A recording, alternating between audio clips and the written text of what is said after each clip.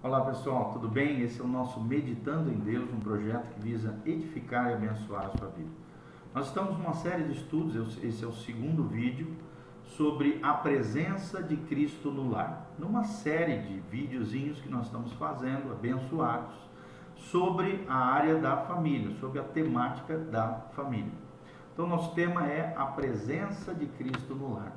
E nós já falamos no vídeo anterior sobre o sacerdócio dos pais. Ok? Então assista o nosso primeiro vídeo para que você possa acompanhar esse vídeo número 2, onde nós vamos tratar acerca de Jesus Cristo como uma realidade gloriosa na vida familiar. Jesus Cristo, uma realidade gloriosa na vida familiar. Queridos, nós queremos deixar bem claro que esta experiência de ter Jesus Cristo como uma realidade gloriosa na vida familiar é conseguida no lar junto com os filhos e inclusive com as visitas ocasionais, na medida em que a presença de Cristo é uma realidade viva na vida dos pais. Ao longo da história humana, Deus se revelou como Pai, como Filho e como Espírito Santo, e deseja se revelar de forma íntima e pessoal a cada família da terra. Da mesma forma que Noé, nós queremos construir uma arca para a salvação da nossa família, uma arca para Deus, e a arca é Jesus, um lugar onde nós podemos nos acolher, nos proteger, nos salvar em Cristo. Cristo é a arca de Noé, um símbolo da arca de Noé é Cristo, porque em Cristo nós somos salvos, não somente nós, mas toda a nossa família. Podemos santificar a família para Deus, para que ele se faça conhecido no meio dela e leve a cabo o seu propósito na vida de cada membro da família. Por isso precisamos ter o cuidado de não impor a nossa própria vontade e os interesses sobre os demais, mas sim a vontade do Pai, a vontade de Cristo e a vontade do Espírito Santo. Você vai perceber que as crianças têm uma grande capacidade para perceber a presença de Deus nos lares. Têm a capacidade de crer e confiar em Jesus, se forem assim instruídas e ensinadas, e através do bom exemplo dos pais. As Escrituras estão cheias, estão fartas e claramente revelam isso. Por exemplo, Deus se revelou a Samuel na mais tenra idade dele, vendo a fé da sua mãe, Ana. 1 Samuel 3, nós vemos que desde pequenininho Samuel já temia e amava ao Senhor, e aprendeu também aos pés do sacerdote Eli como ouvir a voz de Deus. Segundo lugar, nós vemos que Davi testemunhou a presença de Deus também em sua infância. Nós vemos isso claramente no Salmo 22, de 9 a 10. Vamos estar lendo o Salmo 22, de 9 a 10. A Bíblia diz assim: Contudo, tu és quem me faz nascer e me preservaste, estando eu ainda ao seio da minha mãe. A ti me entreguei desde o meu nascimento, desde o ventre da minha mãe, tu és o meu Deus. Então vemos aqui a realidade gloriosa de Deus na vida familiar de Davi, do salmista Davi. Desde tenra idade, Davi já estava ali servindo a Deus, ok? O segundo destaque que nós gostaríamos de falar com relação a isso é que Cristo diz para não subestimarmos a fé dos pequeninos. Não podemos subestimar a fé das nossas crianças, pois a fé delas é de grande valor para Deus.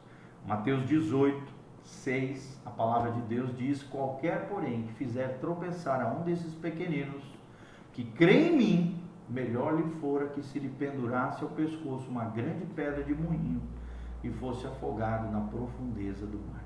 Olha só o perigo do mau exemplo e do mau testemunho diante das nossas crianças, daqueles que creem em Deus. Ao escrever também a Timóteo, nós vemos Paulo mencionando que fora sua mãe e a sua avó que lhe transmitira a fé e o conhecimento de Deus desde a sua infância. 2 Timóteo 1 a 5, e Timóteo também, 2 Timóteo 3,15, fala assim: Pela recordação que guardo da tua fé, sem fingimento, a mesma que primeiramente habitou em tua avó Lóide e em tua mãe Eunice, e estou certo de que também em ti habitará. agora o capítulo 3,15 de 2 Timóteo, diz que desde a infância sabes as sagradas letras, se referindo à Bíblia, às Escrituras, que podem tornar-te sábio para a salvação pela fé em Cristo Jesus. Ou seja, vemos claramente que Timóteo aprendeu aos pés da vovó e da mamãe, a avó Lloyd e a mãe Eunice, as sagradas letras. A presença de Cristo já estava ali, no lar de Timóteo. E Timóteo foi instruído desde pequenininho, desde a infância, nos caminhos do Senhor, para a salvação pela fé em Cristo Jesus. As orações e o testemunho dos pais são muito importantes. São usados pelo Senhor para levar outros membros da família também à fé.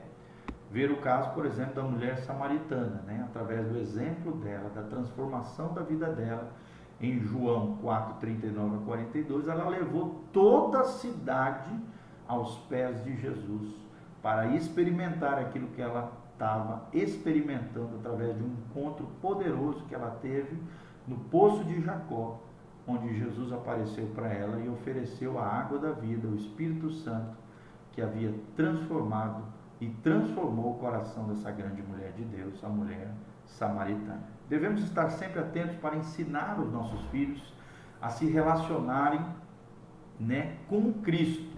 E é preciso fazer isso usando uma linguagem e forma para que eles possam entender, ou seja, uma linguagem simples, direta, objetiva, infantil, se são pequeninos, para que possam entender da melhor maneira, explicando termos, conceitos, palavras, para que eles possam compreender da sua maneira os princípios e o caminho do Senhor. É possível levar toda a nossa família à fé. Cabe a nós, como pais, sacerdotes do lar, instruirmos os nossos filhos, os nossos familiares no caminho do Senhor. A meta é que cada membro chegue a conhecer pessoalmente a Cristo como seu Senhor e seu Salvador. Observemos também certos casos bíblicos em que a fé dos pais envolveu o restante da família. É claro isso na palavra de Deus. Por exemplo, Josué. O exemplo de Josué, em Josué 24:15, a Bíblia tem um lindo trecho que fala o seguinte: porém, se vos parecer mal servir ao Senhor, escolhei hoje a quem servais, se aos deuses a quem serviram os vossos pais, que estavam da além do Eufrates, ou aos deuses dos amorreus em cuja terra habitais. Porém, eu e a minha casa serviremos ao Senhor. Josué 24:15. Será que você e a tua casa têm servido ao Senhor?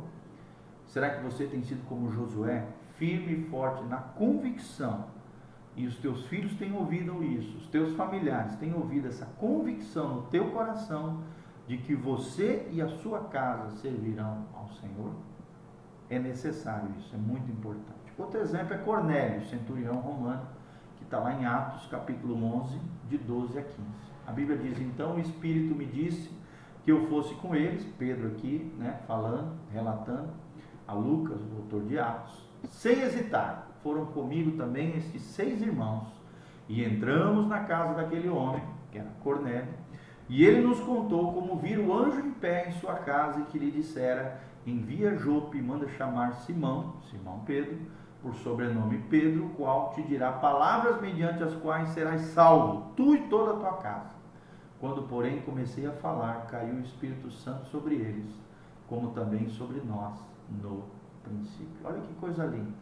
Pedro ouviu a voz do Espírito Santo, ouviu o chamado de Deus por esses enviados, de Cornélio, foi na casa de Cornélio, começou a falar, o Espírito Santo desceu, caiu sobre eles e foram salvos.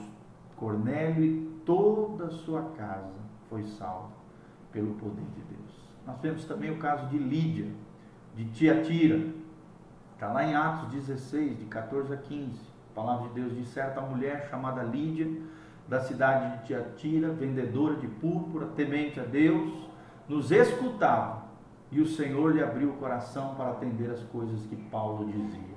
Depois de ser batizada, ela e toda a sua casa nos rogaram, dizendo: se julgais que eu sou fiel ao Senhor, entrai em minha casa e aí ficai. E nos constrangeu isso.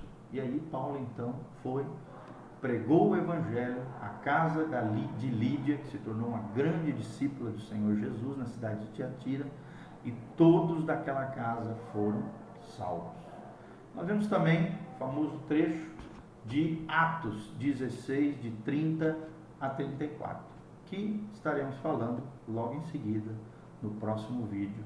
Preste atenção, o exemplo do carcereiro de Filipos, ok? Um abraço, continue conosco no terceiro vídeo acerca da presença de Cristo no lar.